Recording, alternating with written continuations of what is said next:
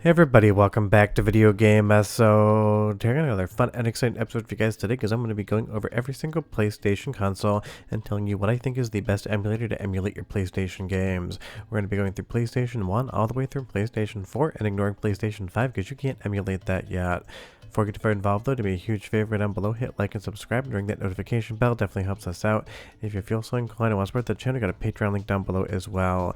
But we're going to get right into it with PlayStation 1, obviously PlayStation's first console, and basically the competitor to Nintendo after they dropped the Super Nintendo CD and went to Philips. And honestly, this is what I grew up playing. And I absolutely love the PlayStation 1 because even though I did have a Sega Genesis as well as a Super Nintendo, when PlayStation 1 came out, I was basically going into my teenage years, so it absolutely stuck with me. And I know today if you didn't grow up with PlayStation 1 and you don't have that same nostalgia, some people view the graphics as looking a little bit too old, and all of the polygon wobble around the edges drives them nuts. So the good thing is with emulation, we can 100% make PlayStation 1 feel more like a PlayStation 1.5, and that is always awesome. Now just remember, if I don't recommend your favorite PlayStation 1 emulator here, that does not mean I'm saying anything negative about it. I always get comments saying that I'm playing some sort of favoritism. I don't know any of the emulation authors. I do not talk to them, and I really don't care as far as trying to say one's better than the other in an offensive way. These are just the picks that I 100% take when I'm going to emulate a PlayStation 1 game, and it's not going to be Mr. FPGA based. So for me, 100% of the time, I'm turning to Duckstation. It is an absolutely amazing emulator that basically runs the entirety of the PlayStation 1 library and has a ton of enhancements, which I know a lot of you love. You can bump up the internal running resolution, you can fix the overall polygon wobble, get some perspective correct textures going on in there, and the nice thing is it's available for Windows, Android, as well as other platforms, so that definitely makes a big deal to some people, because you'll see here, if you take a look at the most recent release, you have Linux, you have Macintosh, you can run this on the Steam Deck, you can basically run it anywhere you want. So as far as its versatility, there basically isn't a platform the Duckstation isn't going to work on in some way, shape, or form, and it does a lot of good for the games, including 2D games, just getting that resolution bumped and the polygons at the edges here for the buildings not wobbling so much. It really keeps the PlayStation 1 dream alive, but I should say that ARI's, the multiple system emulator, is getting really good at PlayStation 1 emulation as well. So there are other options on the table out there, and if there's one that you like more than Duckstation, that's totally fine. But leave me your comment down below and you tell me, when you're going to emulate some PlayStation 1 games, what are you using? But definitely watch ARI's in the future. Their PlayStation 1 emulator is marked as experimental, but honestly it's doing a lot of good things and might be a great alternative to Duckstation in the future. But for right now, if you want to emulate PlayStation 1 games, whether you want to keep them on the software render or if you want to use some hardware acceleration and kind of play around with the overall visual image, nothing in my opinion beats Duckstation. It's a very easy recommendation, and honestly in this video a lot of them are going to be easy recommendations, but maybe you're asking what is emulation in video games in the first place or just getting into it, so this video is definitely for you. Now obviously if you can count past 1, you get to PlayStation 2, another awesome console, but honestly in my opinion, and I know this is going to be controversial, one of my least favorite PlayStation console of all time. I think just because I was traveling for work a lot when this thing was basically in its heyday, and I kind of didn't play many video games unless they were handheld for like 3 or 4 years, because I used to travel 300 days out of the year and live out of suitcases. So I've been coming to a lot of the PlayStation 2 library past its actual lifespan on store shelves, and even though plugging it into a CRT looks great, I would say that even with the nicest scalers on the market, retroing 4K or more 4K, there is something about being able to bump the internal running resolution and make it look even better that kind of makes these games stay a little modern, and that is why emulation is so important with the enhancements. If you didn't grow up with this stuff and you think it looks a little antiquated, you can basically fix that all up and it gives a new audience to these games. Now if you're wondering what I'm playing right now, it is Burnout 2, one of my favorite games of all time, just absolutely a straight up 10 out of 10. Now as far as the recommendations for PS2 are concerned as well, again it is a very no-brainer of what I'm going to recommend here. So this video is just one of those things we get to talk about PlayStation 2 emulation, just how far it's come. PCSX2 is 100% what I'm going to recommend to you guys if you want to play standalone PlayStation 2 emulation, but I will have a recommendation for RetroArch as well because they have their own PlayStation 2 emulator that is based on PCSX2. It hasn't updated in a bit, but it did update I believe in January of this year, and just like PlayStation 1, you're going to have options for different operating systems, Windows, Linux, as well as Mac OS. There are some forks to other platforms as well. And the nice thing is PCSX2 always updates, and just recently, maybe last month I believe, depending on when you watch this video, there was another update bringing in a ton of improvements. But I want you to understand PS2 emulation isn't quote-unquote complete. There are still going to be some games that have some bugs. This is still under active development, so it's one of those things. Duckstation seems to run every single PlayStation 1 game. I've never had an issue with it whatsoever, but every once in a while I'll try to run a game on PCSX2 and it'll have an issue or just not work the way I intended. So don't go in expecting 100% perfection and compatibility with PCSX2, and you really shouldn't have much of a problem when you actually get there. But it's one of those things. I love that it continually updates, and it'll definitely be getting better into the future. But again, I told you that there is a pivot on this recommendation. It is just for the RetroArch users, because I know you are out there. Believe me, comment down below and you tell me, RetroArch or standalone when you're doing your emulation. I'd say 7 out of 10 people are standalone. The other 3 basically want everything going through RetroArch just so they can kind of keep all their emulation on one platform. So the nice thing is that can be done on RetroArch as well with PlayStation 2 emulation. There is a pivot on PCSX2 that came out basically last year. Like I said, it hasn't been updated all that recently, but it is nice that it does exist. And that's the good thing about emulation. There's options for everyone under the table.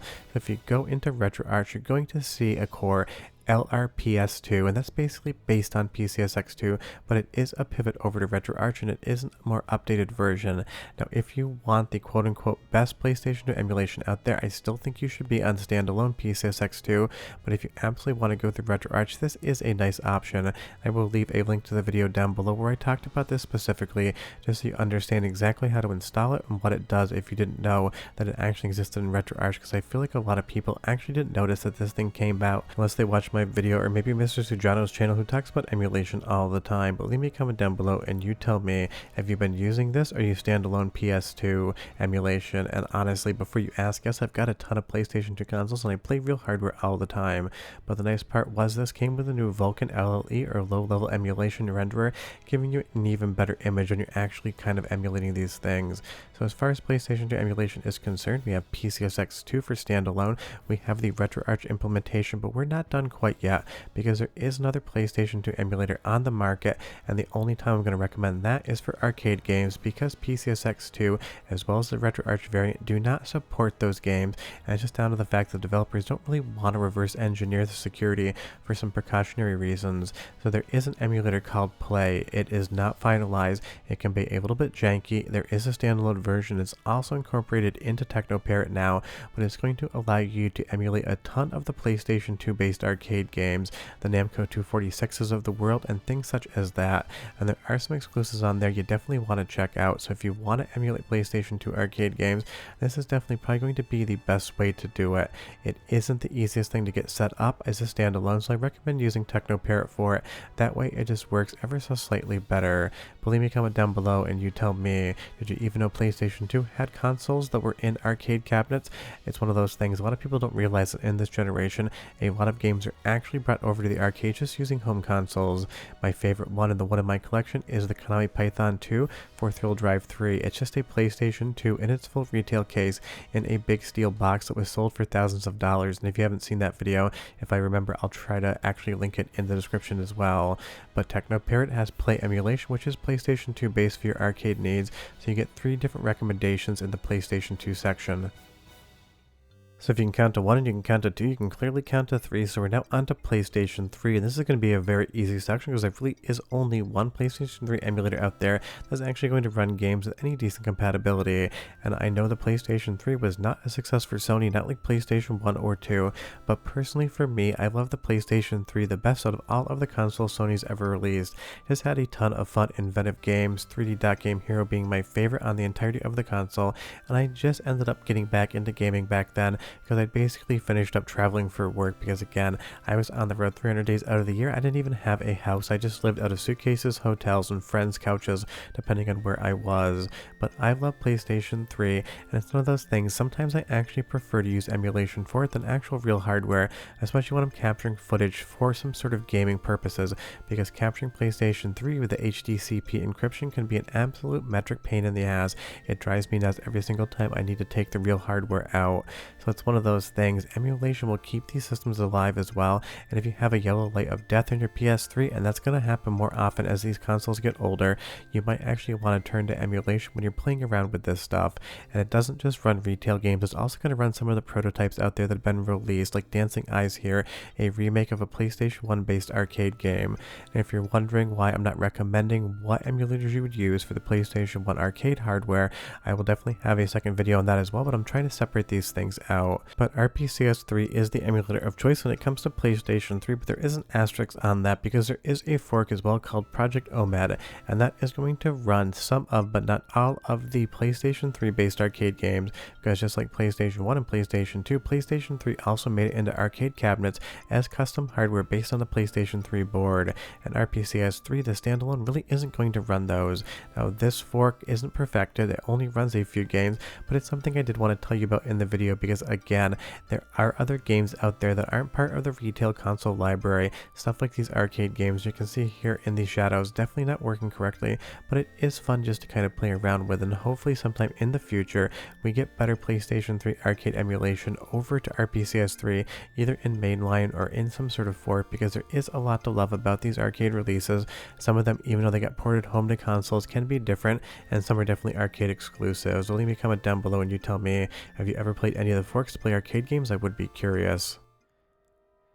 And as far as PlayStation 4 emulation is concerned, honestly, it really just isn't there yet. Shad PS4 is showing the most promise, and I did a preview video on this maybe 5-6 months ago, but at some point in time, PlayStation 2 emulation is going to be a thing, and I'm sure sometime in the future, PlayStation 5 emulation is going to be a thing as well. We can emulate PlayStation 1, 2, and 3 with pretty much 100% effectiveness outside of PlayStation 3, still having a little bit of glitching here and there.